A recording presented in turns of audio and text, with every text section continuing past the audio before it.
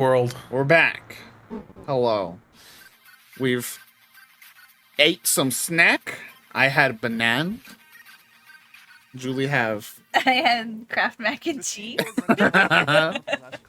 And I had a Dove chocolate, oh, Nice, fancy. little dark chalky.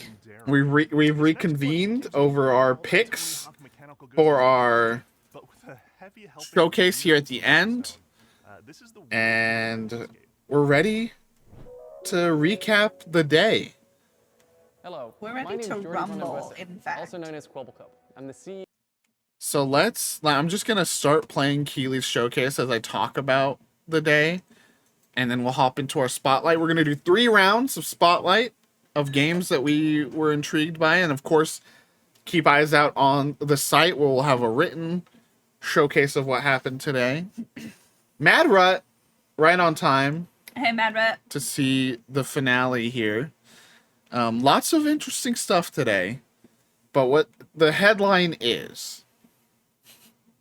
Fan audience for the first Fan time audience ever. Welcome, everybody. is insatiable, and it's created a culture and a showcase When I started hype Sunday cycle that back in is 2023 impossible to spare meet. bedroom, I Yep. never And imagined it would Geoff go Keighley's to this. Summerfest, Today, it leaks into us has too, come together because to Geoff show Keighley's you Summer what's Game next. Fest, This is a it's pretty cross-industry disappointing. showcase. It Meaning was no a matter C where you play for games, most I of can us, if discover not a new things to D put on your wish for list. some of us. The landscape of It video had games some has really cool changed over the moments, past few but on the years. whole, One thing has the it. pace There is are just a so lot broken of now great with games in these, development, where like and he our starts out team with some goal really today interesting is to stuff, get you falls off excited really about deep the future. into a hole of Just a few free-to-play minutes ago, MMO, this is the mobile first extended cross-platform gameplay games, of Mortal and then, you know, Kombat peaks Live. back at the end with a big reveal. This year's It being delivers, don't worry. the first Alan actual Wake trailer 2 and gameplay trailer will of reveal Fortnite's Final next Fantasy VII season. Rebirth, the remake yes, part 2 we do for Final Fantasy have VII. a very special grand finale. Okay, I gotta that turn you're down not even gonna more. want to His talking in my ears right is now. you know, when you're like, have you ever done that thing where you hear yourself and then you start talking like this very slow? You're not expecting, which That's what makes it Keighley's that doing much to me, more exciting. because I think I'm Here we Keighley, go. you know? Oh, okay. You're the Dorito Pope. Yeah. But yeah, I think it's a thing it's complicated though, because while we were talking about it after, I was saying Keighley needs to Taken to a forbidden land. pull back. He's spread out really far across the year. He does this show, he does Gamescom opening night live, and he does the Game Awards, right? I think he does, even if he doesn't do it on purpose, he does save the best stuff for the Game Awards. But even that hasn't been like as exciting as it has been in previous years. And I think it's because he's so spread out across the whole year that he has to kind of like think about like take all the best pieces of the last Gamescom opening night live, Game Award, and this, and put them all into one show, and that would be a hype show. But because he has to fill the gaps with things that do fund him, right? Like Nexon and all these free-to-play, you know, MMO, open world, like those games, they make a lot of money. And so they fund these kinds of events by buying the spots, essentially.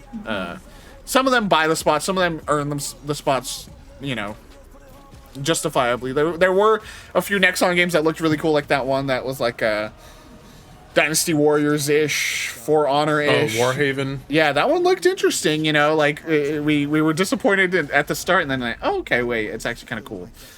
Save the kingdom. But, you know, today was all about everything that came after Keighley, and that's not, again, just like I said during the showcase, Call of Duty came up and no one cared. Keighley came up, and I'm just kind of like, can we get to the indies? You know, like, can we get to the fun stuff already? And it's an interesting situation. Yeah, I'll leave it there and let you guys kind of recap your thoughts. But that's kind of where I am. The other thing we were talking about, the fact that you can't remove Keighley from this week, right? Because the reason indies get a bigger spotlight than they've ever gotten is because it's directly after Geoff Keighley's showcase, right? It's because people stick around and go, okay, I guess I'll check out what's after this, right? and then they see some game they never would have ever seen otherwise. And so it's not as simple as remove Keighley from the equation and just let indies loose, because it won't, people won't tune in as much as we want them to, right? They won't tune in as much as we like.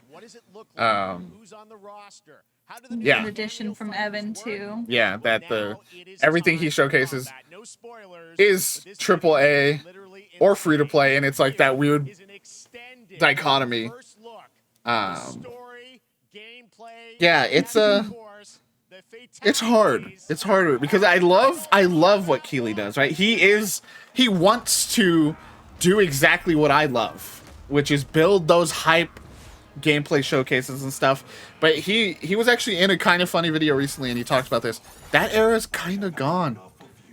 It's over. The developers themselves realize they can spread out throughout the year. They don't have to wait for this 1 week anymore. They can do it themselves in-house, you know? So, like, we're never going to quite get back to that, but the way we're doing it now isn't quite working either. So, we got to figure something else out. Because for a while, I was like, Keighley's going to save this.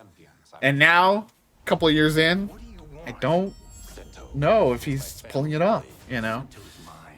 The whole world is on his shoulders, bro. Poor Keighley, bro.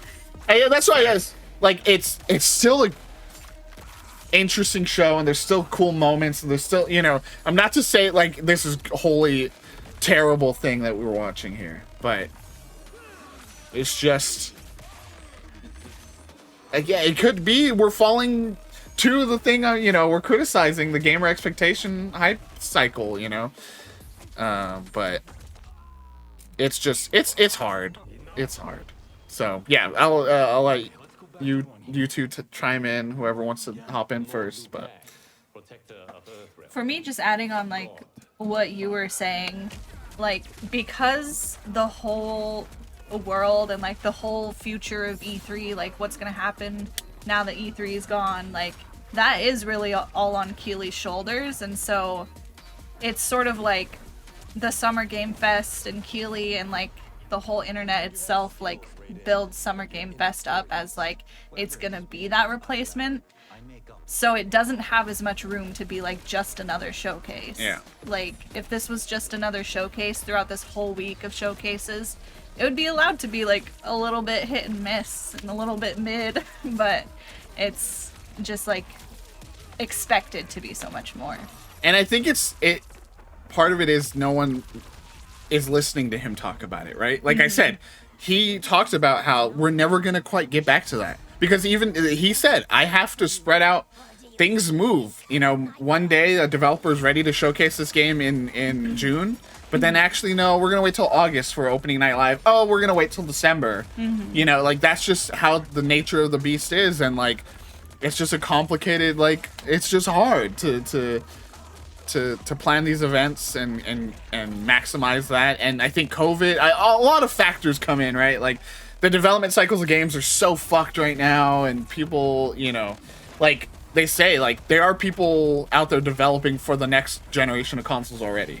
Like their game is so far away. I love how we're just the most gory thing on screen as we this is gamers tearing into Summer Game Fest online. I'm sure. I haven't even looked, but if I'm sure if PlayStation Showcase was as criticized as it was, that was 10 times better than Summer Game Fest for me. So I can only imagine what's being said online right now about this show. But yeah. I mean, yeah, I Ben, we gave it a C. Like that's not bad, you know. Yeah. But yeah.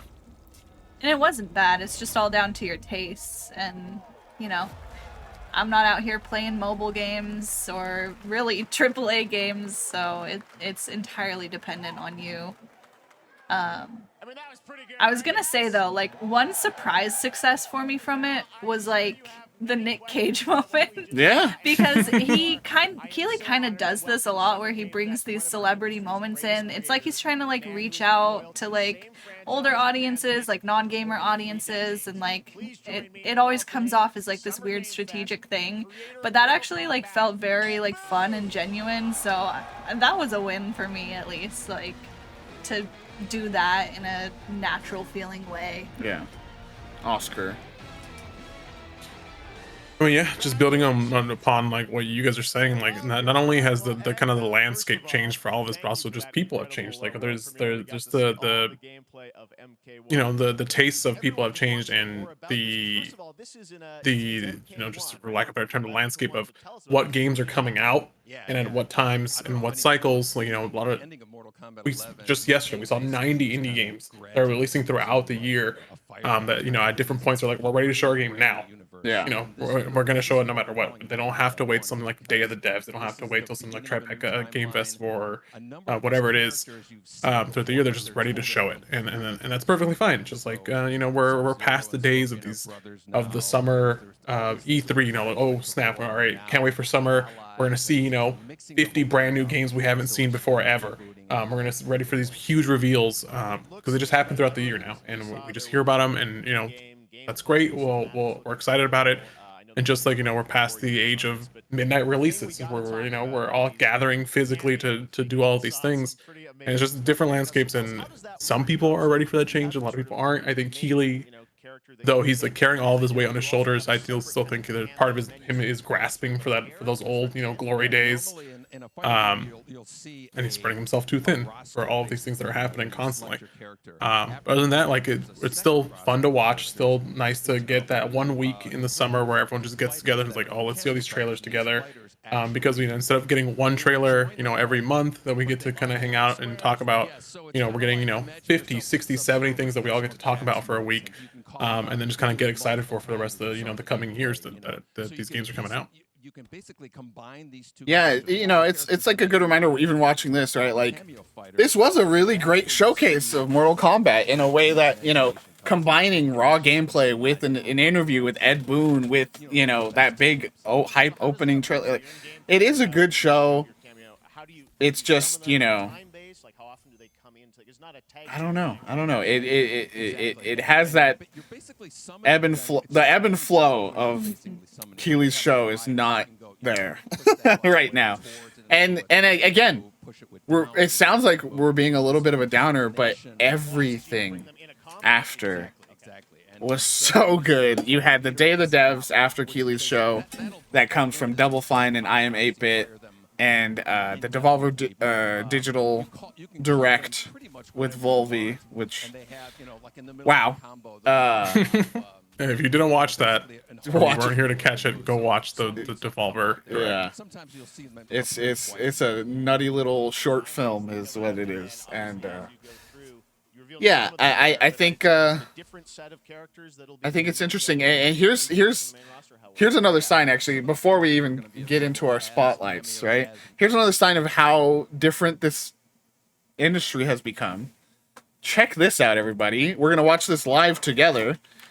After the show, I go to Twitter, and what do I see? The Persona 3 remake that has been teased.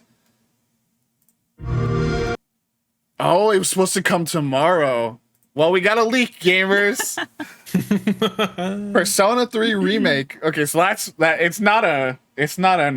I was gonna say this is a sign of people, developers just saying, well, I'm not gonna go to Keighley. I'm just gonna put it on my Twitter and call it a day. People are gonna be excited, Mm-hmm.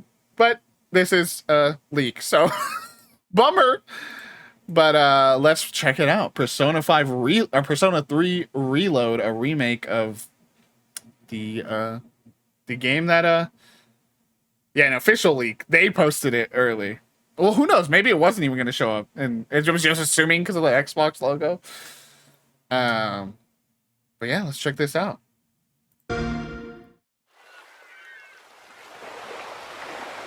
Not a great quality, sadly, but.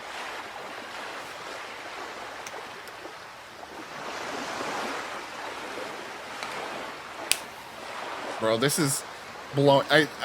It's funny how Keighley just had a show, but this is probably blowing up more than maybe.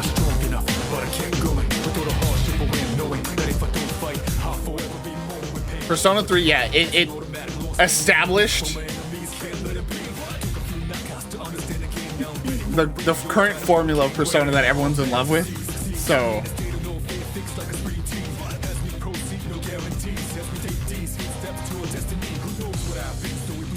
I think this is the only one I played. it's so good. You gotta play 5 though. It's on PC now. It's like 600 hours long. You're always saying you want a meaty RPG, bro. I got that with Valhalla, and I realized that I don't want the meatiest RPG, and I have Tears of the Kingdom right now, which is a medium. Oh, Game Pass. Wow, what a value acquisition.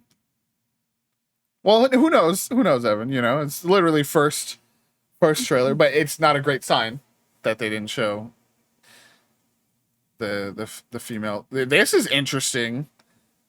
Persona 5 Tactica. I mean, yeah, let's see if there was a trailer of that.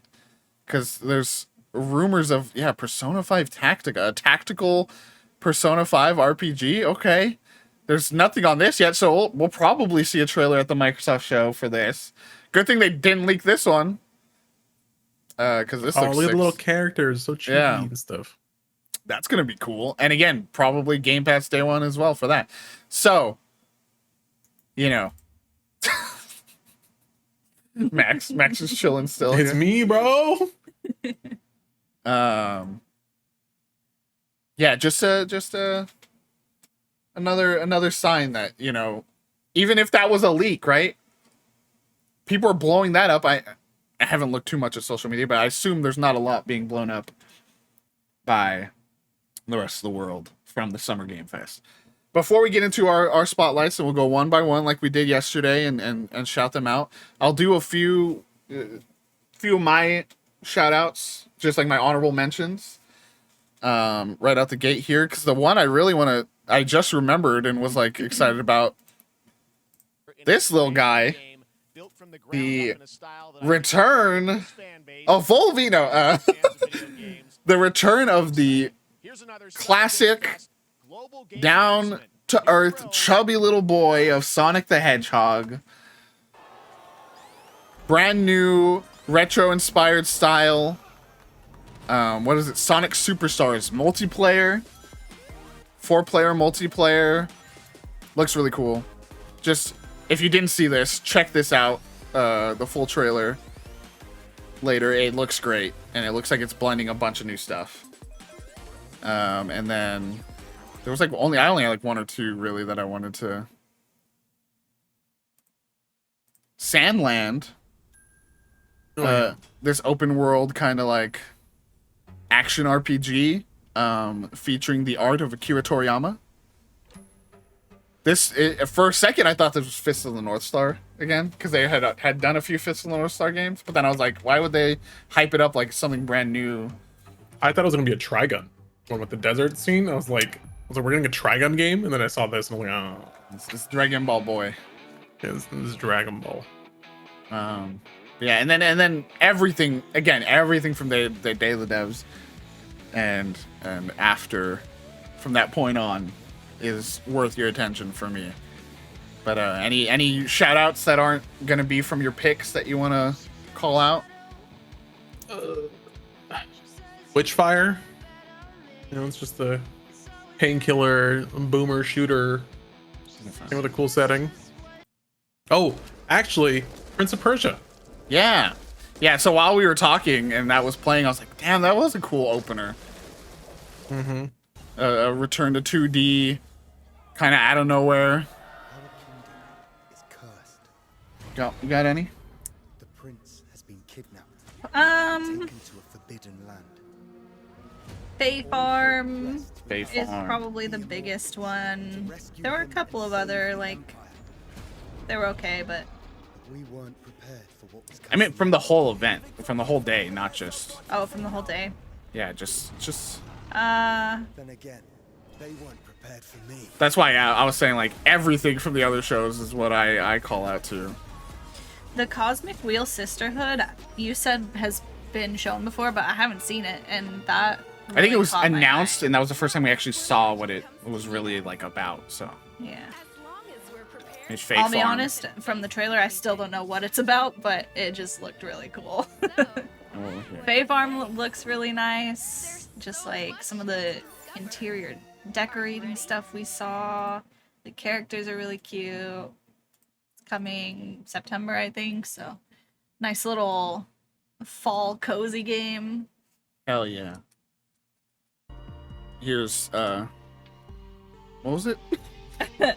The The week has already killed me, the gamers. Cosmic Wheel Sisterhood. Cosmic Wheel Sisterhood. Seems like some interesting like witchy tarot card stuff going on.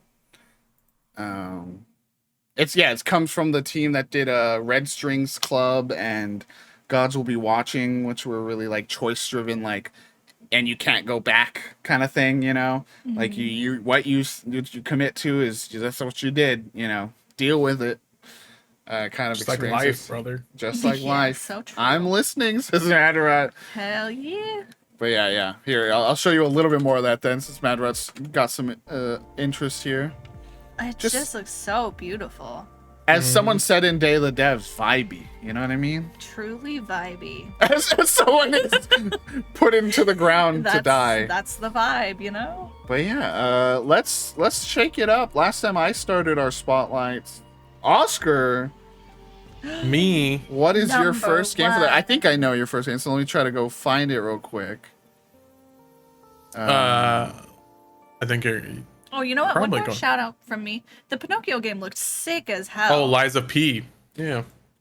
So I was saying during the showcase of this, we've seen this a few times. It's a Soulsborne kind of game, but it's Pinocchio. It's what like Sad French. French towns, French vibes all over it.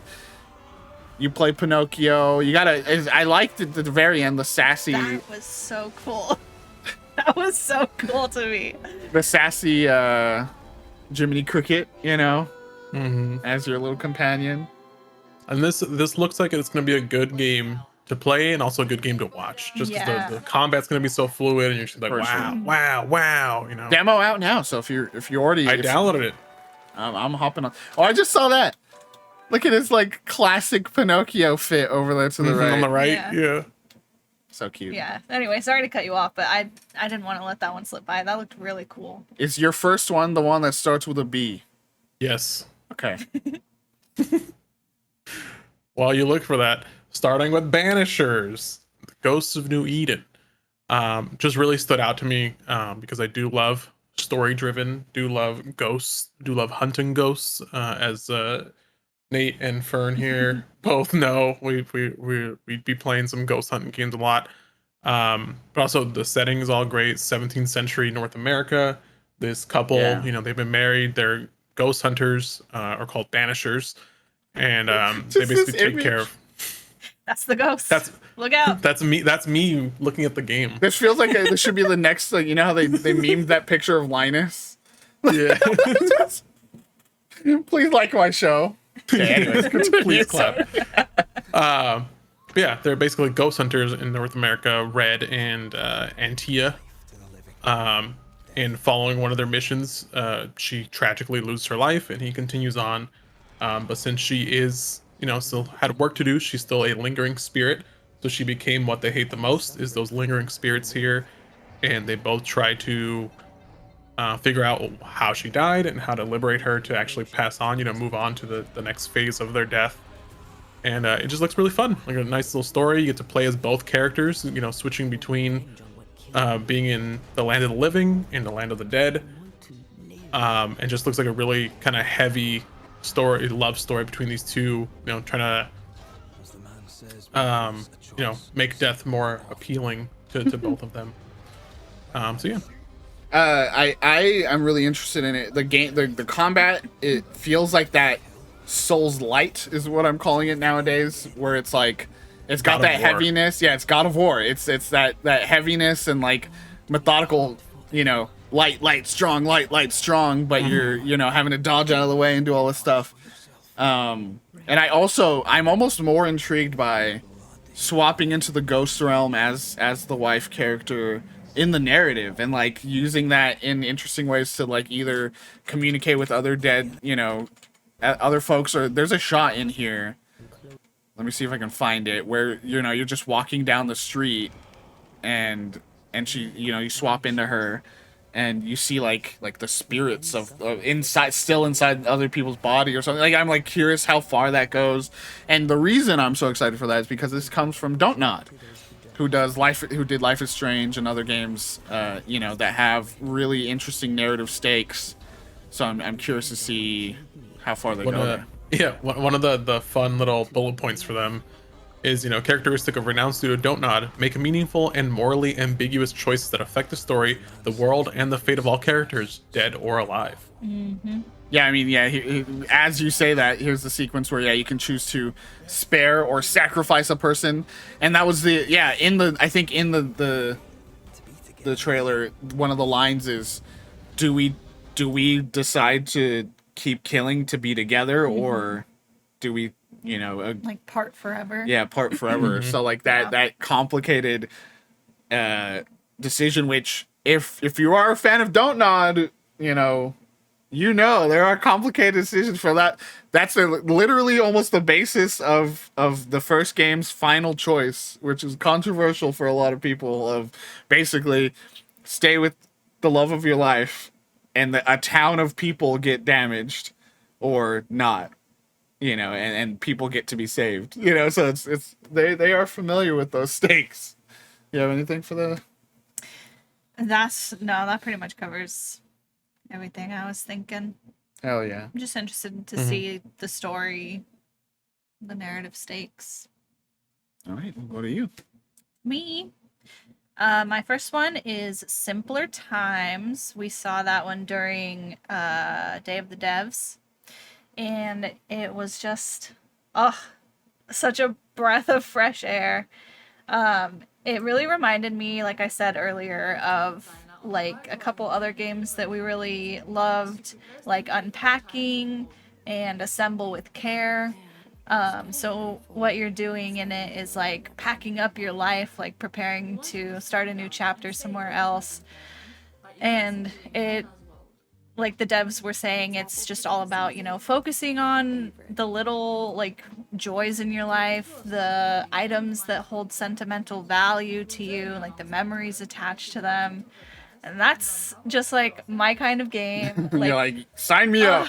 It seems amazing. It's got such a beautiful style. It's got these little like putting things together, like maybe taking things apart as you're packing, where you're just sort of like cleaning your room, you come across something from like your childhood and you're like, oh wow, let me like spend an hour reading this old like yearbook or something.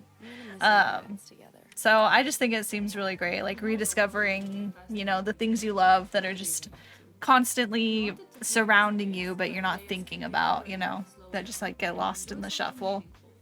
Lost in the sauce. As some might say. In the sauce. We just recently were watching our good friend Mercutio Glow. Can I get a shout out in chat actually for Mercutio Glow? Somebody. I think Fish is trying to beat you to it. I'm gonna do it. I'm gonna do the other one. He did the other one. So much time here looking up. We'll get them both. It's hard to believe. Where'd it go? It didn't show up. That's fine. Mercutio Glow just played Gone Home. Yes. And I was reminded of just how good that game is, and it Cat 2, everyone Yeah. shouting out Mercutio Glow. That's right. I don't even know if Glory can hear us right now. It's Mercutio Glow hours. But reminded me of how great that game is at selling this like that's a similar experience, right? Of like going through a space you used to live in and remembering stories as you go through and pick things up. Mm-hmm. But what I think this does is it takes that to another level of interactivity where there's, lots of little puzzles and lots of little things as you're doing this. And again, that experience of like packing up and getting out of there is also really interesting. Yeah. I just read here it's going to take place over 10 years with 4 different moments to explore, each one portrayed in a different season. Interesting. So sort of like Unpacking, like multiple points in their life, it sounds like. So yeah, that looks just amazing. Fish, anything on that one?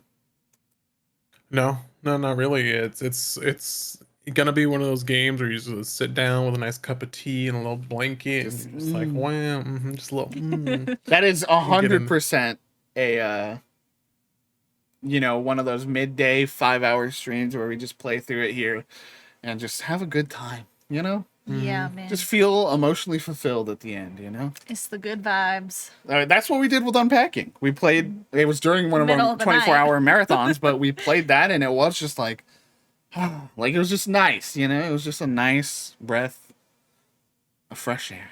Yeah. All right, for my first game, if it's any surprise, gamers, What could Mortal it be? Kombat 1. Mortal Kombat 1? I mean, come on, are you kidding?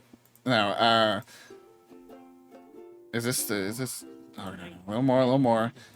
My first game is technically the debut of the team Wishes Unlimited. Yeah. The developers of Wandersong and Chicory, there they are, my two beautiful babies. Introducing Beastieball, as they call it, beach volleyball RPG, where it's got elements of Pokemon, it's got elements, of tactical RPGs, but it feels like it really is like its own little thing here, where you are taking a team of critters who just love playing this sport of Beastieball and challenging coaches across the world because, and I didn't catch this in the story, which made me a little sad because I'm a sports boy. Sports are actually very evil in this world. They all live on a natural nature reserve, and it's being destroyed because they are building a Beastieball stadium in the nature reserve, and the only way to get them to stop is to get to the top of the whole league and be the champions and force them to stop making the thing. So I'm like, oh man, sports are evil. But I'm sure, they still obviously show a lot of love and respect for the actual sport here. The coolest thing about this is what they're showing here. It's pairs of critters that play the sport together. And as you play the game, as they interact in and out of matches, the critters that you put out there, the beasties, develop relationships. And they can either be good friends, they can end up sweethearts, so they end up in a romantic, relationship, or they become rivals. And each different relationship comes with like a unique skill, like buff and change to how they play Beastieball. And yeah, it just sounds like such an interesting, totally out of left field from what I expected as to, what they would make next. But totally on board for the design of the animals looks amazing, just so colorful. It's got a big open world too, where you can choose which teams to challenge next, like in whatever order you like. They got dogs voice acting. Come on, get excited. Yeah. Oh yeah, I remember. What was that one? I was I'm trying to remember the name right now. Loveburb. But yeah, I can't wait. The music, I called this out. I still don't know if I'm just like the only one, but it sounded very Super Mario RPG, that first track. Here, let's let's go back as a team. I mean, you haven't really heard Super Mario RPG, but I just want to hear it again. It was like that specifically. I loved that immediately they cut to a shelf full of Haikyuu manga. Right, yeah. So that was the other thing I really loved about it, right? Is it also with that relationship, mechanic. Phyllis is wagging her tail in her sleep. She's excited for Beastieball. With that mechanic, it does evoke sports anime, right? Where like two characters are big rivals, but then because they're rivals, they're both trying to outmatch each other on the court, and it becomes this great thing where maybe eventually they do end up friends, and yeah, just so cool. I don't know. Anyone else got anything on this one? I just kind of gushed for a bit. I feel like you covered most of it. I know Gamer. you said everything. No, it looks interesting though. You know, I do love it in RPG. It almost looks like even placement on the thing On the matters. court. Yeah. On the court. So that's gonna be, you know, super fun to see what kind of little what beasties you pair together and where you place them, and you know, it's gonna be kind of deep in that RPG, you know, kind of battling system, or you know, match of volleyball. Yeah, and all the little beasties are very cute, and you know, we were talking about this yesterday with what was that like colonial farming one? Right. Yeah. Just thinking of having that. Goku. Yeah, having that relationship. Oh, with, that you one. know, Yeah, no, the farming. sim. Sorry. Yeah, Echoes of the Plum. generational one. Yeah. Echoes of Plum. That's what. Yeah. You know, I like that, you know, relationship thing where they could be friends, they could be enemies, or they could be frenemies. You know, that sort of thing. So, you know, super cute, super interesting. I'll watch Nick play it. Yeah, I like the idea. I like the idea of like having these different pairs too, right? Like, okay, they got a heavy spiker, you know. I'm gonna get my defensive guys in this one, you know. Like, it was so for me, it's so unexpected that we get a sports game out of the team that made Shikuri and Wandersong, and they found a way to do it in their way that really works, and it evokes something we love so much with the sports anime. We just lost Ted Lasso. I needed a new thing to fill my sports anime heart. And yes, Ted Lasso is a sports anime. I won't hear it any other way. Yeah. I just cannot wait. It looks so good.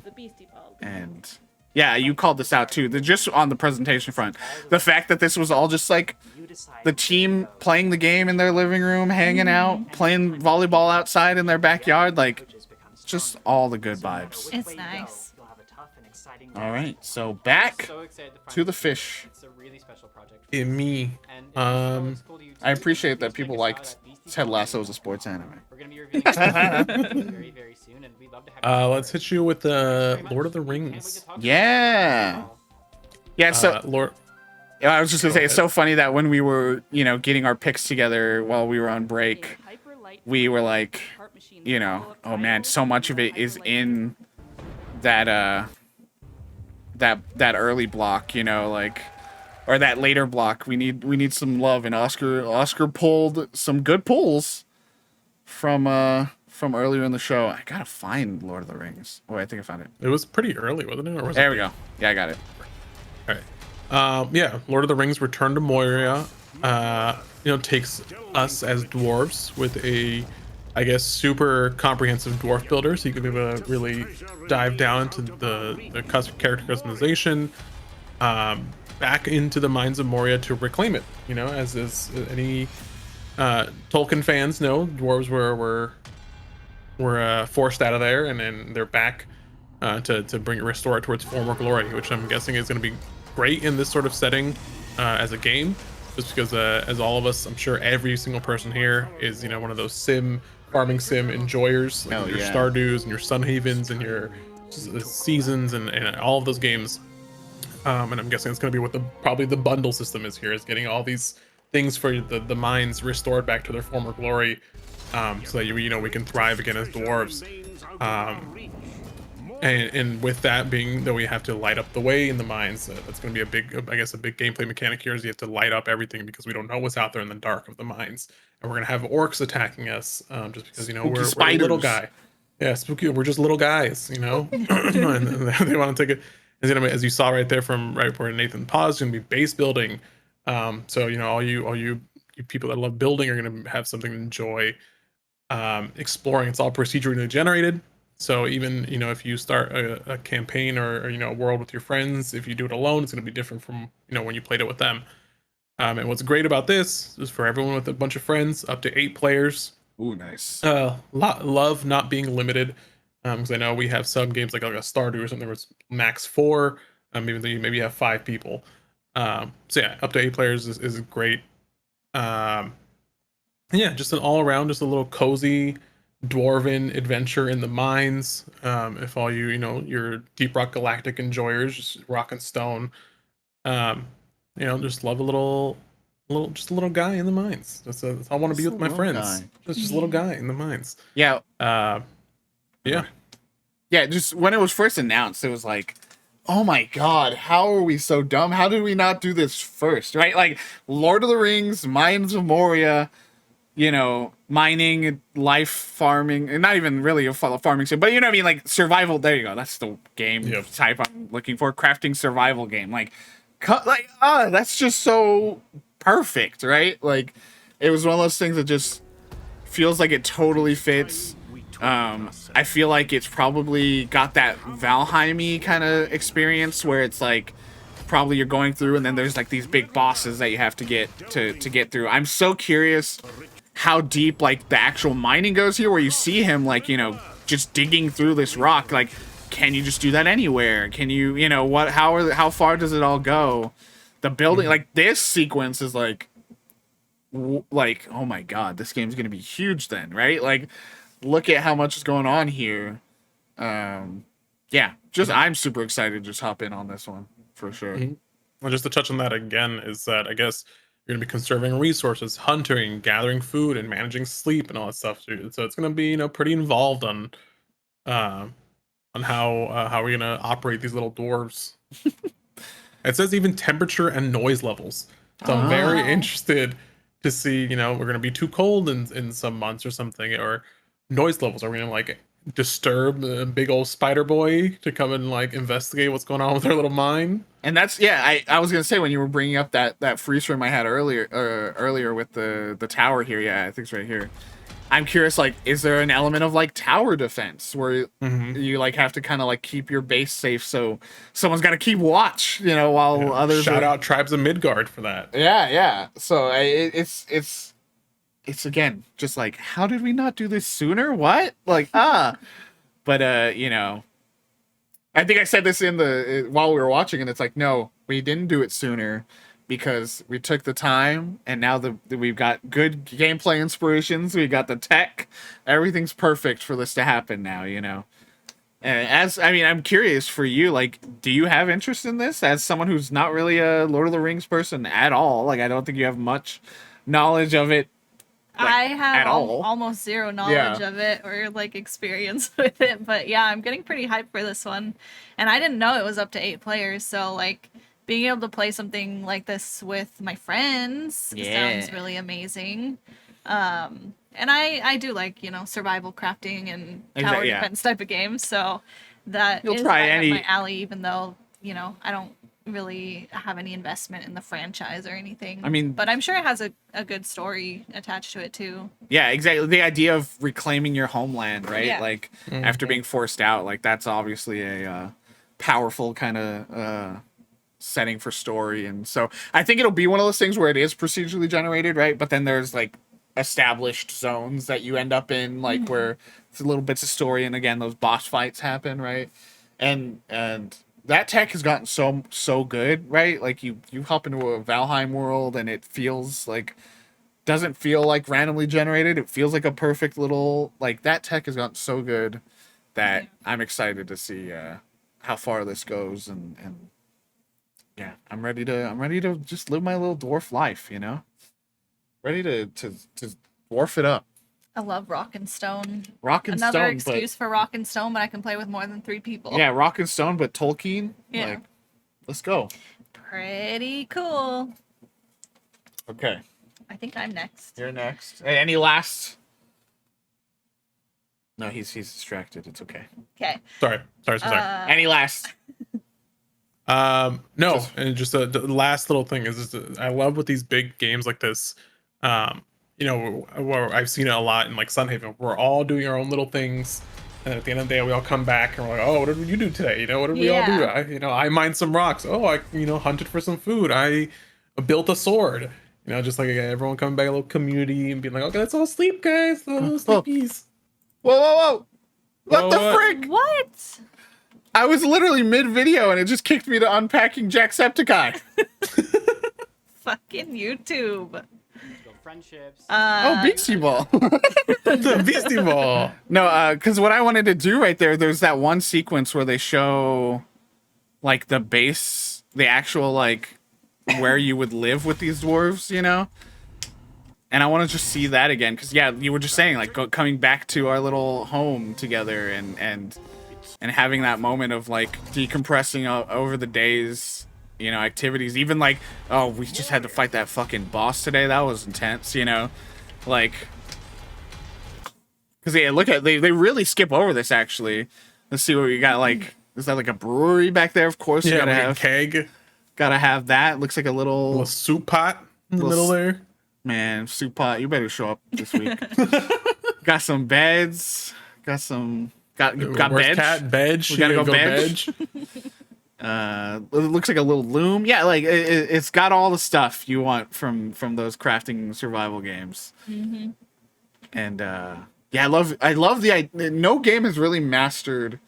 What's up, Jay? Welcome. Come on. Hi, Jay. We're in our recap here. I love the idea of a game that, you know, where instead of carrying a sword on us all the time, you know, having a stockpile of weapons, and you see here they have the little weapon racks, right? And like, I know, I was just noticing that. yeah, That's nice. hey, does anyone have I need a good sword. Oh, I have one left at the base, you know. Mm-hmm. Go check it out. Go grab that. Yeah, we're talking about a little game of dwarfing, you know, Lord of the Rings, Return to Moria. Yeah. But glad to see you, Jay. But yeah, I am super. This is one of those ones that like, I'm excited that we got to see a lot of gameplay, because that feels like it might be sooner than we expect, kind of thing. I think it said 2023 still, I think it right? said fall. Yeah. Yeah, Yeah, so things that fall. I am ready to eat that up. That'll be our nice, Yeah.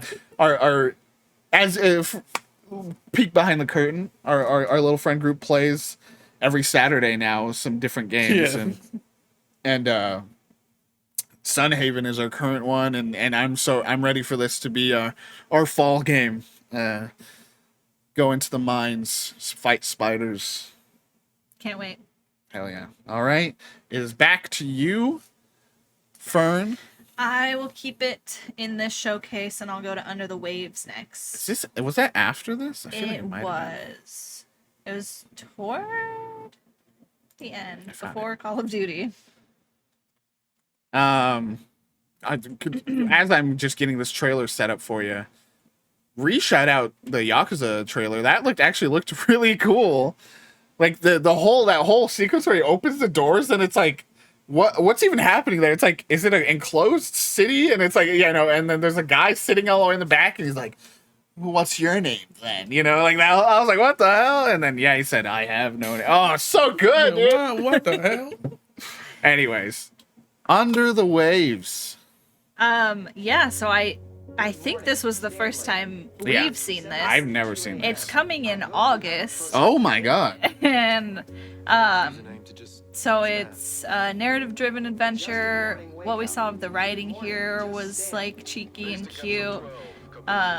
You know, it's just this guy underwater with like some sort of robot companion, and that's it.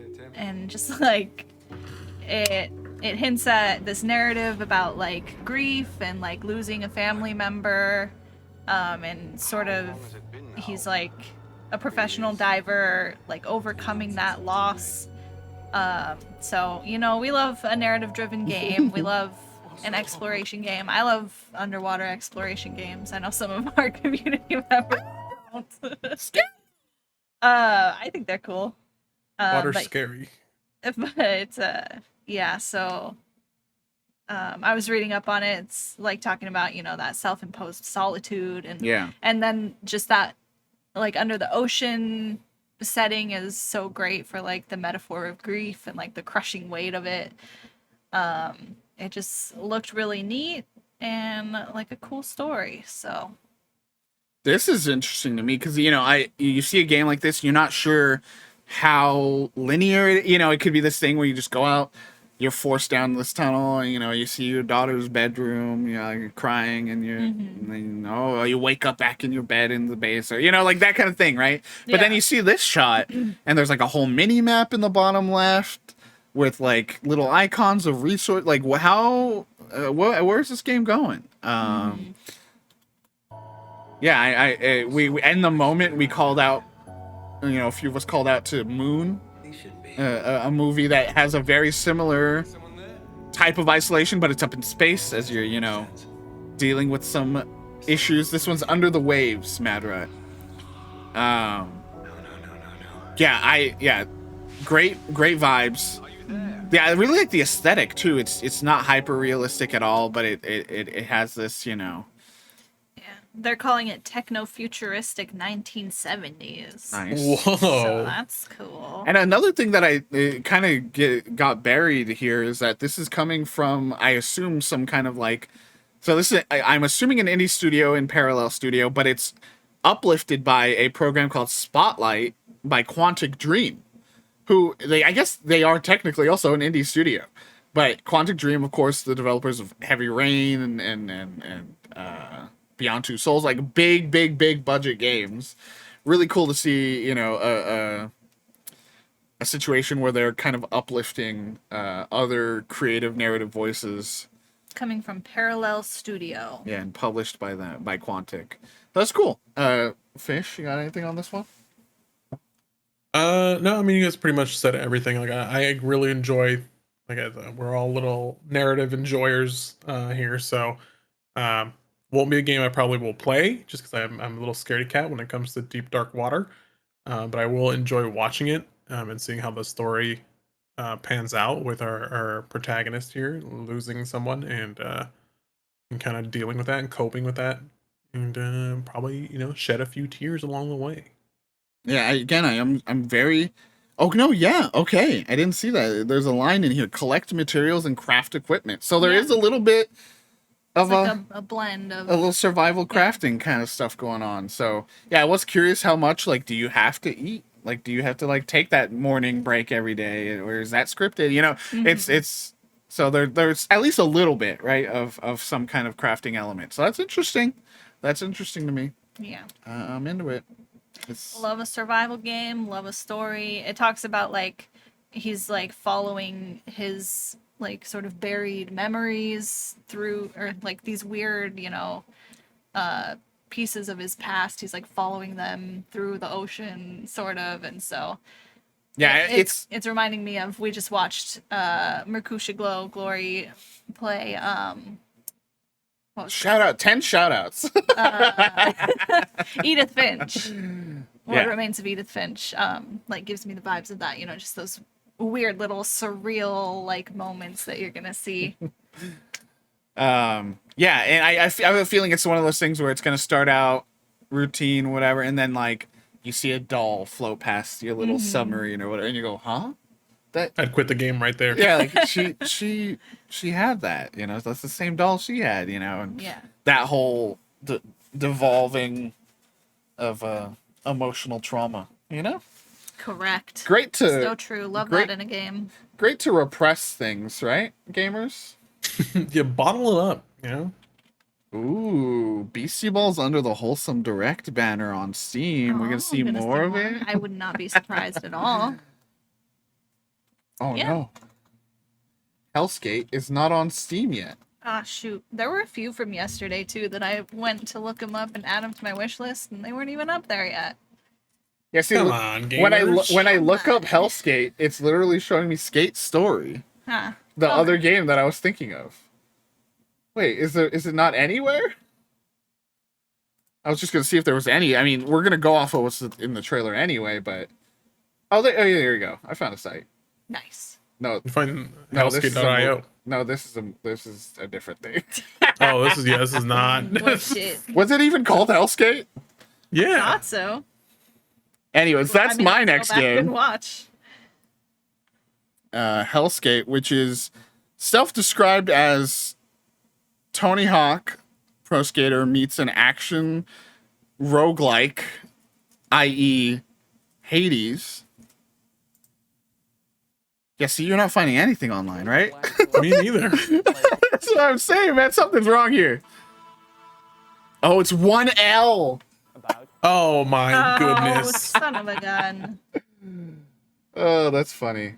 Wholesome Direct coming. Not today. Not today. Is it on There it Steam, is. actually? Yeah, it's on Steam. So this is, Helskate coming to us from a development label and publisher that a YouTuber, which is really cool to start seeing that happening more and more. Before this event started, me and Oscar were watching a little interview series IGN was doing, and they had Gerard the Completionist on there talking about 3 games he's helping publish, which is really cool. Shout out to, I think it's Squidly on Twitch, who is making Renane and is getting published by Gerard the Completionist. That's pretty cool. But this is coming from what's the team name? I was shouting out that they're a YouTuber. Phantom Coast. Phantom Coast. Quebble Cop is the YouTuber, if anyone's familiar. I'm not necessarily. But I'm excited for the game he's got going here. Like I said, it is advertised as Tony Hawk Pro Skater meets a action roguelike in hell. You are literally playing a character named Anthony Falcon. Anthony Falcon. So, references galore there. I think a lot of games that have come out recently, we were talking about this just the other day, actually, with Ollie Frog, I think. What? Julie's got a smirk. It's okay, I'm just answering Glory. Oh, Keep okay. talking. A lot of games that are trying to replicate those Tony Hawk vibes in the indie space don't quite get that feel down, and they confirm something here that's already super exciting, that one of the key developers of this game worked on Tony Hawk's Underground. So, like, already it was super exciting, but it's almost everything outside of the skateboarding that's so cool here. The combat, the using the skateboard and like your magical hell abilities to do some chaotic action, skate on incomprehensible beings and mounds of meat. You know what I mean? Like that's what I'm expecting from this game. And I love I love a game that takes a genre that's more about, for example, in this case, like, you know, getting high scores, getting combos, but adding in that narrative, adding in like interesting iterative gameplay elements. Yeah, I'm just super interested in what this game's pulling off here, and super excited. There's like boss fights. There's, you know what I mean? Like, they're trying some weird stuff here that's really cool, giving Hades vibes. I kept wanting to say this, but I was saying they were advertising it this way. They weren't advertising this. It's Hades meets Tony Hawk. Like, that's what it's 100% reads to me. And that's, you tell me that any day of the week, and I'm saying, where do we go next? Show me. You know what I mean? We have the meats. I'm glad everyone's going off on meat in the chat. Yeah, I don't know. It's one of those things where it's like, I don't necessarily have a lot to say as much as it's just look at this, you know, look at it and see what it's selling, because it's got a great style. It gave me Neon White vibes. It gave me like, and then I think an interesting angle is the roguelike thing, you know, because a lot of those classic skateboarding games are about the session, right? You go in, try to get your high score, get a high combo. You're done for you know, after like 2 minutes. That was literally how the first Tony Hawk games worked. You'd have 2-minute timer, and you would go in, do your session, get out. You know, and so like the idea of like changing that on turning it on its head and adding that roguelike element where you know, are getting abilities as you get deeper into hell, and you know, try to skate your way out. Yeah. I mean, just good vibes all around. I don't know if there's things I'm missing here, but I'm on board for this game. Oh, I'm reading here, the tattoos. Those are permanent upgrades for your character as you go. I loved that. That's a really cool thing. Mine are permanent upgrades. Bro, you have so many upgrades. You have deep customization as far as like what you know, what he's wearing, all this stuff. You can really, you know, turn Anthony into your own little guy. Yeah, there's a shot in there where it cycles through like probably like 50 different like outfits that he was wearing. At the very end, they tease a boss fight that looks really cool as you're like skating up his arm and stuff. You know, it's just sick. There's some times where you just, similar to the Mine's the Moria game, right? Like, oh yeah, that's great. Why? Just this plus this, go. You know, And yeah, I don't know. You got anything? Fish? I mean, that's what I mean, aside from, all the great, skating that's gonna have and the combat, having those boss fights, like when I saw that first shot of him Yeah. skating up the arm, I was like, oh, I want to do that so bad. But just on top of all of that, it looked like it has, some sort of story going for it. So that's gonna be great to not only go in there and do your little skating and fighting and dying and going back to his. There's gonna be some progression in terms of like, okay, um, you know, why am I doing this? There's gonna be a why to all everything. So I'm excited for that, as well as just the fun, kind of get in there and just keep doing it over and over again, these little sessions. I mean, that's what made Tony Hawk Underground and Tony Hawk, like that whole chain after those first games, which were very arcadey, right? They were, again, score combo. When they got into Underground, they added a story. They added this like element of like, you're trying to get to the top of the skating world, and you and your ragtag friends, and like that's what made it so exciting. And that's why games like Beastieball, right? Like games like, I love the idea of taking something that's so purely only seen in this one world, right? Taking a tennis game and adding an RPG mechanics and a narrative, taking that blending of worlds is so cool, and you only see it in the indie space, baby. And Helskate, as what I can only assume, unless I'm deeply wrong here, what I can only assume is their first game. Maybe it is first game.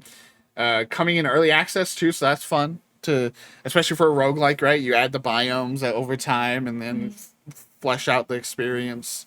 Roguelikes are just perfect for that to me, because even when you get a fully fleshed out roguelike that you play for the first time, you're only seeing chunks of it at a time as you progress and level up.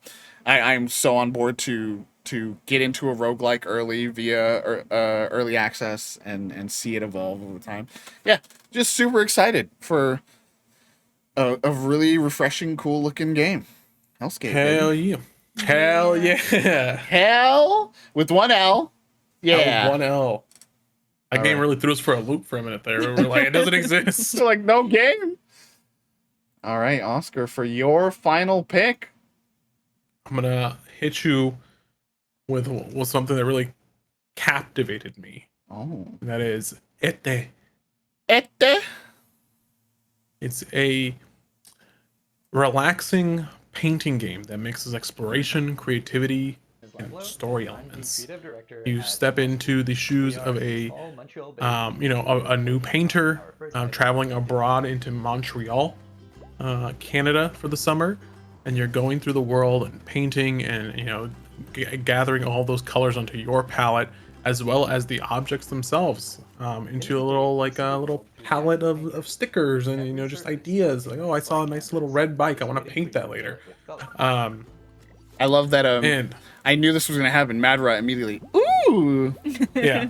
It gave me chicory vibes immediately. It gave me these like super like just warm and cozy, because you're bringing color into the world around you, and as well as with the story, is you're going to be exploring real, according to the developer, real Montreal neighborhoods, and making friends and meeting people, all fully voice acted in Quebec French. Painting dogs like this, like a little dog, already an A+ game. And you're gonna have a sketchbook where you collect what they call stamps for your album, so you can take all that information back to your painting studio. And one of the main objectives is to do commissions for people in these neighborhoods. So they're gonna ask you, hey, I want you to paint me this, and you'll have in your little sketchbook in your head and all your little stamps, be able to create this piece of art that this person wants commissioned. And aside, on top of everything, there's no it's a fully relaxing game. There's no failure, no pressure. So you can just enjoy painting, enjoy bringing color to the world, and doing these commissions for these people in this French neighborhood in Canada. So even if you're bad at art. Yeah, even if you're bad at art, you still got something. that's where your creativity. Yeah, I really. This is honestly. I mean, the rest of it is already so cool, right? Like, in the moment, someone said like Unfinished Swan 2. Like, you know, it's a similar gameplay mechanic that we've seen in some other stuff, but it's executed so beautifully here. But on top of that, this tool looks so cool.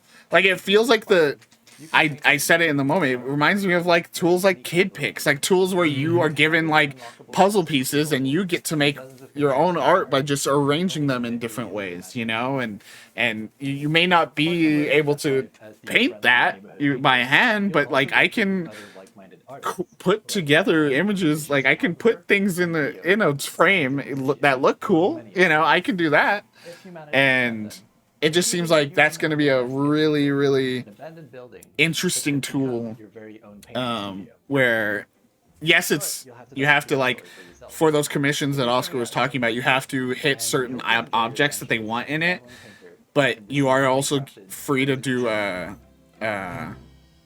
like creative, just paint at whatever you want and put it around your house and stuff. Yeah, just looks really cool. I really love the painterly vibe of when you are reviving the landscape, the way it splotches out, and then even just the little paint bubbles as you like. It's just all so nice. Anything to toss in? I just really loved like the piece about how you have to go and sort of find, you know, those elements that you need for the commissions.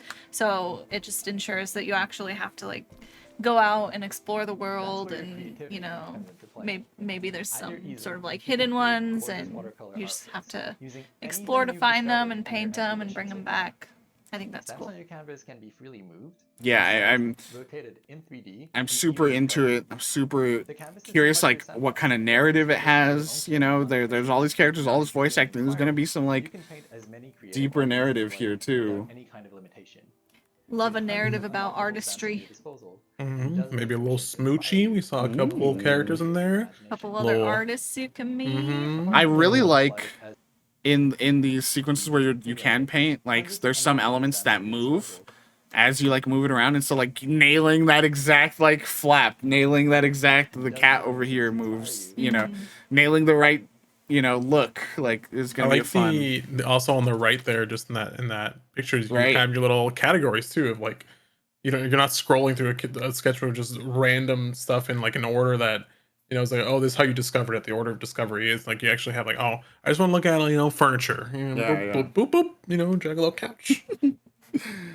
Yeah, really, really intrigued by where that game ends up in the end, because really interesting systems there for just a really cool, like imagining, as someone said jokingly, but kind of true, Chicory 3D, right? Chicory first person, like coming back to that town at the end and seeing everything filled in, seeing everything colored. It must be so cool. You just wander through and just take it in, you know? Awesome. Looking at this, I'm curious if there will be any like, you know, commissions where they give you maybe one piece that they for sure want in it. Like I wanted to have animals or, you know, something like that. But then the rest of it is just kind of up to you to explore all these different categories and put whatever you want in it, put your own spin on it. Like this would be fun. It's like, I want my cat to be in a painting. Whatever else you want to do. And then, you know, make it a witchy thing. Make it a, you know. Yeah. Hell yeah. And that one, does that one have a 2024? Yeah. 2024. Alrighty. Final pick for Fern Folk. Mine is going to be Hauntii, another game coming in 2024. This game, they introduced it talking about like how, you know, it was so selective. They had the highest like number of submissions for games for Day of the Devs ever. But this one, they reached out to this person and asked to include it in Day of the Devs, That's and a then sign. you see it and you understand why. Because it's genuinely like one of the most beautiful things I saw all day and maybe like ever in gaming. So it's a game where you're this little like ghost and you're going around and you can inhabit different objects and I think other like ghost people or creatures or whatever's out there. And you can like gain abilities from them. So there's sort of like these puzzly elements where you need to like inhabit a certain thing to like light the way in the dark or, you know, get to your next place.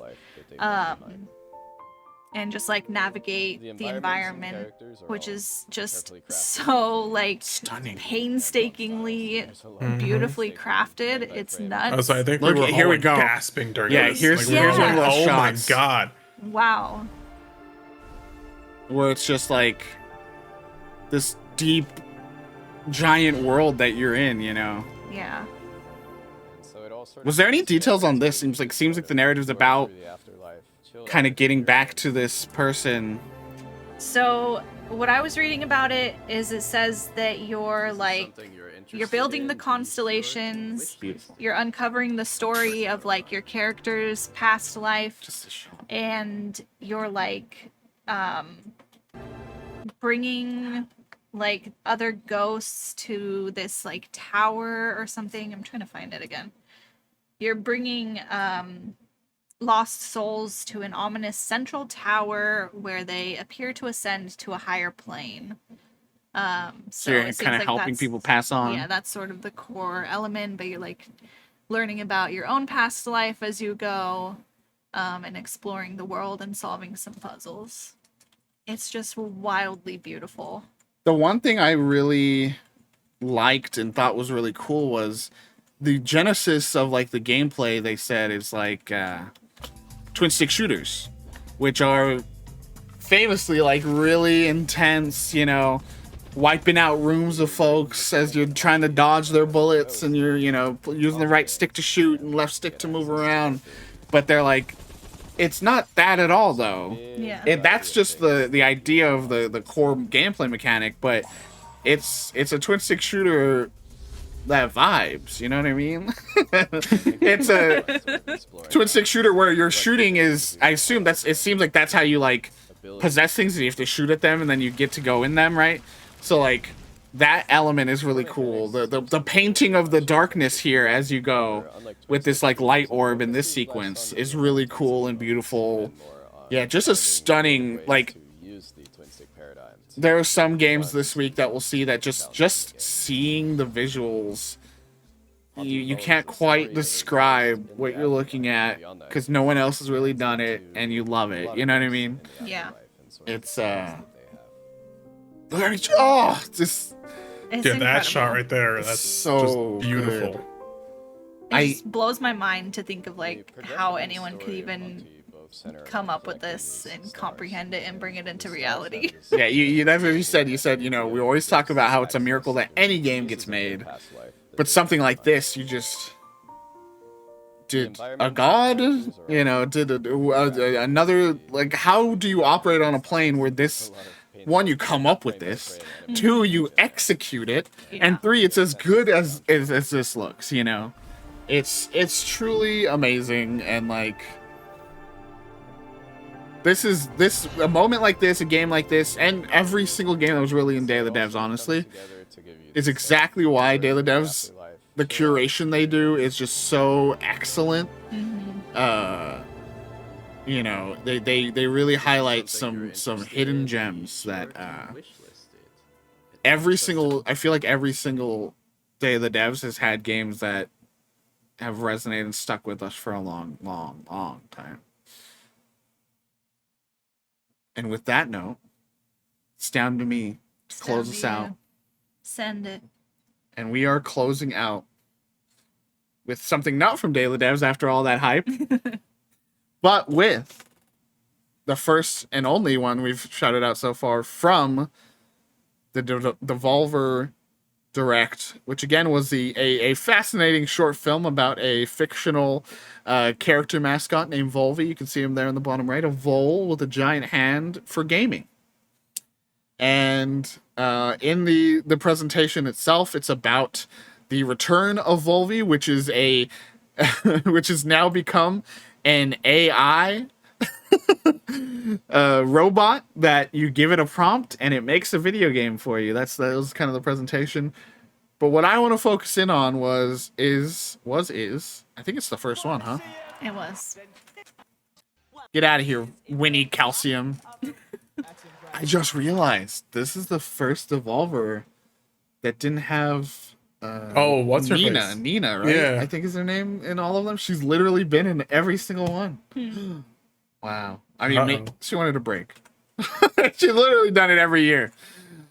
But the game I want to shout out is not even necessarily just for the game itself, just for what the game is, but the way they presented this game.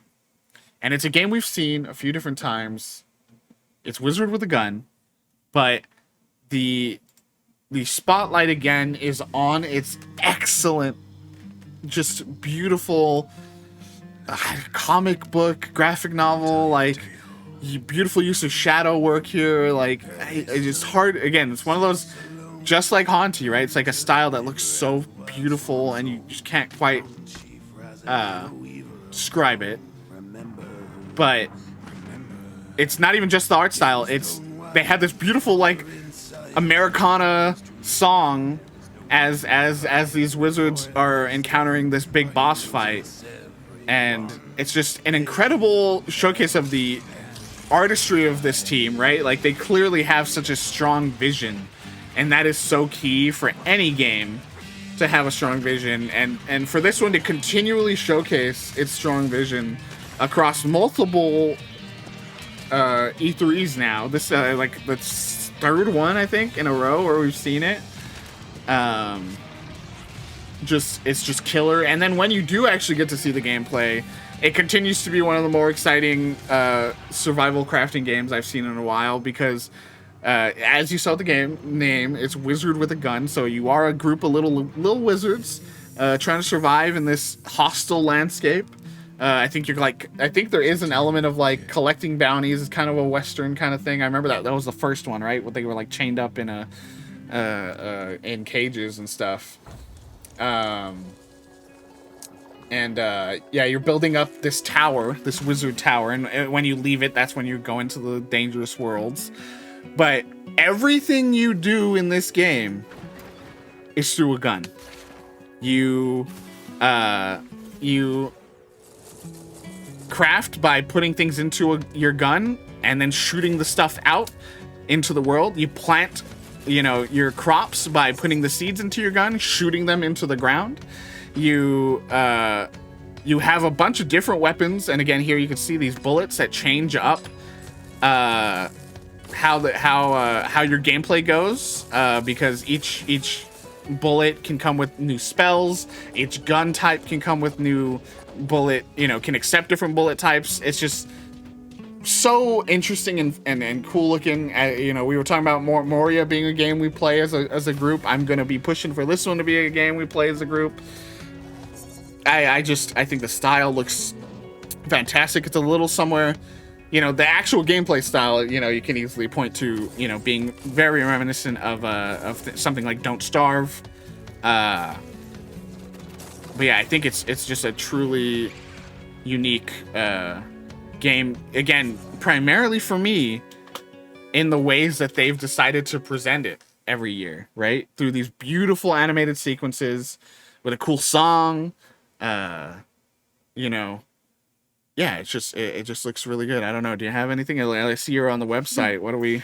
I was just poking around trying to see if they'd said anything about how many players, because I actually didn't know until you said when we were first watching this earlier today that this is co-op. I had no idea this was co-op. But I'm Just not like seeing perked up. I'm not seeing anywhere like how many they have see. planned for it to be. While you talk about any other vibes you have, let's see if we can get a max count, like while they're running around. Like how many? There's a lot of twos, but I swear there's a few shots with more than two. I think it has to be at least, I'm gonna say 4. I'm gonna say it's probably a basic 4, which is fine. I want more. Yeah. This looked really cool to me before, but like especially seeing more of the gameplay and you know, I again love crafting survival type. I love Don't Starve, which it very much has the look of. And it just has that really unique hook, like you said, like Everything through the gun. yeah. It just looks really cool. And it's one of those things where when we first saw the trailer, it's like, ooh, a little wizard, and then like, I genuinely think this was how we went. Did I say lizard? Just in that first trailer, I feel like we genuinely were, a cute little wizard, and then like someone came up and then they pulled out a gun and we said, with a gun, you know, like, and then it's like when they name it, the, you know, like just that level, you know, that understanding of what they've got here, you know, it's so good. Yeah, love the vibes. Oscar, anything for our final game here? I mean, I know I'm gonna play it. And we love a Don't Starve. We love a Western. We love, you know, it's hitting, you know, every note that we all like and enjoy. So it's definitely gonna be. I don't think it's gonna be much pushback from anyone when you're like, "Hey guys, Wizard of the Gun's coming out." And then we're all gonna be like, you know, slamming our credit card on the table, like, "All right, let me in." I'll be like, I'm already at my PC. Where's everybody else? I got my snacks. Let's go. Servers up, yeah, servers up. Where's everyone? So, as I was going through the clips, I was like, I know I saw more than 2. I didn't see any more than 2. And when you go look at the store page, it does say survive alone or with a wizard friend in online cooperative Does play. it? So it may just be a 2-player game. Oh, that'll be so sad. But hey, we can play together, hater. But no, I know what you We'll mean. play with all of us. But we'll be too busy playing Return to Moria, bro. Okay, fine. So this will be when everyone's not online. We play Wizard with a Gun, and when they're online, we play Return to Moria. We got it all squared away. Okay, We have our days planned gamer. already. You got me there. You know, I feel like I maybe came out a little too negative to start our recap. Because, you know, you come out at the end of this, we all had 3 games each. We showcased 9 games here in our recap that we want to spotlight, and it's just like, I got that buzzy, excited feeling for the industry, you know? Like, video games are good, man, and Got that dog in us. it got that dog in us, and, you know, we keep seeing even better stuff. I mean, I'm not saying what we said in the beginning was not valid, but, you know. But it's not the focus. Yeah, you really know, we either. don't have to get pulled down, you know, into the depression about, oh, Keighley's show was bad, you know. And we can instead focus on all the cool things like Under the Waves and Wizard with a Gun and Ete. And even I want to just shout out little things that I was thinking of too, like Toxic, the weird fucking John Carpenter video game, Toxic. Yeah, that was out of nowhere. But it was Toxic also something. It's not Commando? Crusader. Toxic Commando. Crusaders was the other day, which is very funny. They must hate each other. You know, that was totally out of nowhere. Nick Cage and Dead by Daylight, totally out of nowhere. Like the industry is doing incredible things, you know. I'm just going through here. Henry Halfhead, Viewfinder is an incredible game if you haven't seen that yet. Please watch the VOD if you missed any of this, or watch us on YouTube later. Just so many great things. And even though it was, you know, not like a mind-blowing reveal, the gameplay trailer for Final Fantasy VII Rebirth looked incredible. You know, I know some people were like, oh, it didn't live up to the hype that he gave it. It did for me. That first Final Fantasy VII Remake was amazing. And Rebirth looks like everything I wanted it to be. And there's so many iconic scenes from Final Fantasy VII that they recreated in obviously in this remake. And it worked out so nicely. Yeah. As always, though, we are going to be having tons of coverage on VGG. Actually, as we wrap up here, let's check a look, as Devolver would say, at the page here. Earlier today, we got out our first of many mini previews that you will see on the site for One Lonely Outpost and Sugar Shack, 2 games you might have seen during last yesterday's. I was gonna say last week's. That's not right. It was literally yesterday. Guerrilla Collective. And they are 2 great little farming sims with 2 very different approaches to the farming sim. So go check out our mini preview that highlights those. Those two will actually have demos next week. So keep an eye out for that. Steam Next Fest is coming up, and you'll be able to try these games yourself. And so we had that come out. I want to try those games. Yeah. But then also we have a nice day one recap. If you missed anything, again, if you were tuning in and out yesterday at all during the Guerrilla Collective, which we totally get, there were 90 plus games across the 3 hours of show. That's what's nuts. Like this one was 5 hours and it didn't even hit 90, I don't think. And that was just jam packed. We went and broke out 8 highlights from it. There's a Zelda Maker, if you didn't hear about that. This cool game about jumping into books and stealing stuff. Lil Guardsman, which if you, again, Mercutio Glow, was streaming last night. A really cool game about holding people up at the gates of a kingdom, and it's just so funny, so goofy. Akatori, which is a beautiful little pixel Metroidvania. Death Trick, which is Phoenix Wright in a circus. Jump Light Odyssey. Quasimorph, which Oscar has some gameplay of if you want to check it out. If you don't want to hop in and play it, check out our Discord. Oscar recorded some gameplay and posted it up there for you, so check that out. And Forgotlings are the games we highlighted. This is, again, only day 2 out of like 6 or 7, and only 4 events out of like 15, 16. So we still got a lot to do. So keep it locked here. Again, tomorrow, we'll go to the schedule post now. Tomorrow, we will not be live during the showcases themselves. Tomorrow we have the Accessibility Summer Showcase and the Tribeca Games Spotlight. And those are happening at 8 a.m. and 12 p.m. respectively. We ain't waking up that early, except we are the next day. Except I am to go to work. But also, yeah, Fern's got a day job, has to go off and do that. And we are going to go live as soon as Fern's able to post work and watch those streams together here, and it's gonna be the most. I feel like it's gonna be exciting and cool, but it's gonna be the most low key, right? I think Tribeca is long looks at these games, talks with the developers, like more very spotlight heavy, not reveals at all. We already know what games are gonna be there, and then the accessibility one is gonna be a nice. Let's do a treat time to end here. A nice showcase of the work that's happening in accessibility in gaming, and how some developers are taking that to the next level. I don't know if I keep saying all, but I'm not sure if all, but at least I know some of the games in that showcase are going to be developed by some disabled developers, and showing how they bring obviously accessibility that they need to play their own game, and how that the more accessible we make the industry, the better, right? So, super excited for that.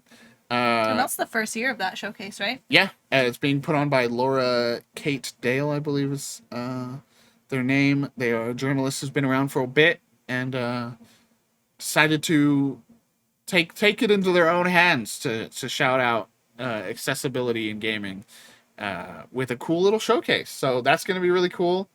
Gappy, look at him lean, look at him stretch. He's getting that good rubbies. And then the next day we will be back at it 8 a.m. Right, no breaks, no stopping. That's gonna be a big day. This weekend is gonna be huge. We got Future of Play on Saturday, Wholesome on Saturday, Future Game Show on Saturday, and then we have Xbox, who's the last standing of the major publishers to have a show. So that's always interesting with the Starfield Direct and the PC Gaming Show this weekend. So keep it locked on VGG, baby. Cappy, what do you have to say? It's a Papa's party. See for Cappy. Oh no, he started growling. No, his feet were on the desk and one of his foot flipped off the desk and he's like, please. Save me. Alrighty, gamers. Yeah, again, keep an eye on our YouTube. Sub to that. Get in there because we're putting up these recaps and other things throughout the week. Keep an eye on the website. We're gonna have another written recap probably tomorrow, for honest. This is how this works. We got to be a day behind because you got to write these things and then you got to edit these things, and it takes a while. Okay. We're not a content farm here, okay? We're Yeah. just guys. We're just normal men. We're just men. We're just innocent We're men. just innocent men. But yeah, thanks everybody for stopping by. Appreciate you. I guess I should again try to raid somebody, huh? And the one I just linked, we embedded the recap, like, favorites from yesterday's stream. The video, yeah. Yeah, the video. If you Missed missed, that. you don't want to watch, like, reactions to the entire thing, that one's just, like, a recap, like we just did, of, like, I think we each did maybe 3 or 4 of our standouts from yesterday, so that's a good one to watch. And did you want to do Phyllis Treat time? Oh yeah, Phyllis Street time. Before we read? Yeah. Okay, so Is this one finally Oscars? he has I have 2 2. now, because he did one yesterday that we saved over till today, and then he did another one this morning, so he's just robbing everyone else of the Phyllis Treat times. Yeah. Do you have a preference on treat? We have the same ones as yesterday, a little like pumpkin and chia cookie, the duck and sweet potato one, and we also have it's like a blueberry and mint heart-shaped one. Give me that pumpkin. Pumpkin. Yeah, buddy. All right, Phyllis Street time. Cause Phyllis is my pumpkin. Oh, Little pumpkin. let me get that. Can't off. be out there punching the air right now. What the fuck? I'm right here, bro. You want to have a treat, Miss Phyllis? All right. Let's get it. Get it. Let me get the feed up. We are getting a treat time. It is not over. It ain't over. Not yet. Oh, Oscar's on top of Phyllis. Hey yo. Put you down here, bro. Okay, Phyllis is live on the scene. Well, let's go. She's getting a little sniffing. Oh. Oh, so gentle. Mm-hmm. She's so gentle. Look at her chomp real lightly. She's been having stressful times lately. Lots of stinky stuff going on around our apartment. Phyllis is gonna get so many treats this week. Evan's got one locked and loaded. Glory's got one locked and loaded. Good times. Oh, she's nice and sleepy. Wow. Little CP girl. She ate that so fast. I know. I mean, it's small. Phyllis knows it came from me. Are you just sleepy? That's You Unky have to Oscar. get a treat from your friend. Wow. Okay. Look at her get up some crumbs. Goodbye, Phil. Oh, a little yawn for you, everybody. Bye-bye, Phil. Rings, did I miss everything? You did, but don't worry. Of course, we'll have our breakdowns and all that stuff uploaded soon. So catch that, please. I beg you. We're trying to pad our stats. You know what I mean? Alrighty, gamers, and we are going to keep it in the family as Rinks appears. Oh, hooray! We are going to go raid Three Finger Dinger, my cousin. Oh, look, you're ready for gaming, bro. You're getting ready to game. Whoa! You're ready to game, bro. You got a sport mode activated. Again, yeah, appreciate everybody. Again, we're back tomorrow. Later in the day, Rinks, you'll be able to catch that one. We will be starting around this time tomorrow, so you'll be able to catch it. And it should be, again, low-key, kind of calm. Not like big reveals, but just cool little showcases in the industry. So, very cool. Yeah, let's go raid. Here, you want to get a message together while I wrap up? Let's go raid, and what was the other thing I was going to say? I was going to say something. You're just staring, bro. I'm scared. you were like reading something, or no, you were zoned in. I was trying to figure out how to open a tab. Bro. And then on Saturday, though, we are Saturday's going to be another big one, and Saturday and Sunday both going to be big days where we're going to be going live from I think Saturday's 8 a.m. to like 3, 4 p.m. Like it's going to be a full work day, and then you got of stream, and then I think on Sunday it's going to be like 9 or 10 a.m. to again 2 or 3 p.m. So lots coming. Let's get the Let's get the raid started here. Fern is developing, hard at work developing in the lab a raid message. So let's get that timer going. I'm struggling. But yeah, appreciate you all for coming out to these streams, checking out the site. We're gonna have stuff coming out for honestly the next at least 2 weeks, just related to this week, right? We're gonna have hands-on stuff with some games, all kinds of stuff going on. Yeah, we appreciate you coming out. Love that y'all have made this be like 10 plus average per day so far. Gotta love that. Hot Gamer Summer Natoid raid. That's a beautiful That's raid what we're message. going with for the Summer Game Fest vibe. You're poking Phyllis. You're getting Phyllis a little pet. Nice. Alrighty, gamers. Well, thank you so much for being here. We love you. Hope to see you over in the raid. Again, if you come into the raid, you get extra points to feed Phyllis a treat later on. So, alrighty, gamers. I appreciate you, and we'll see you over there. By the way, Dinger is playing Diablo, which I'm excited to get another look at because I haven't really seen too much of it. Alrighty. Goodbye, gamers. Say goodbye, everybody. Goodbye, everybody. Timed out perfect.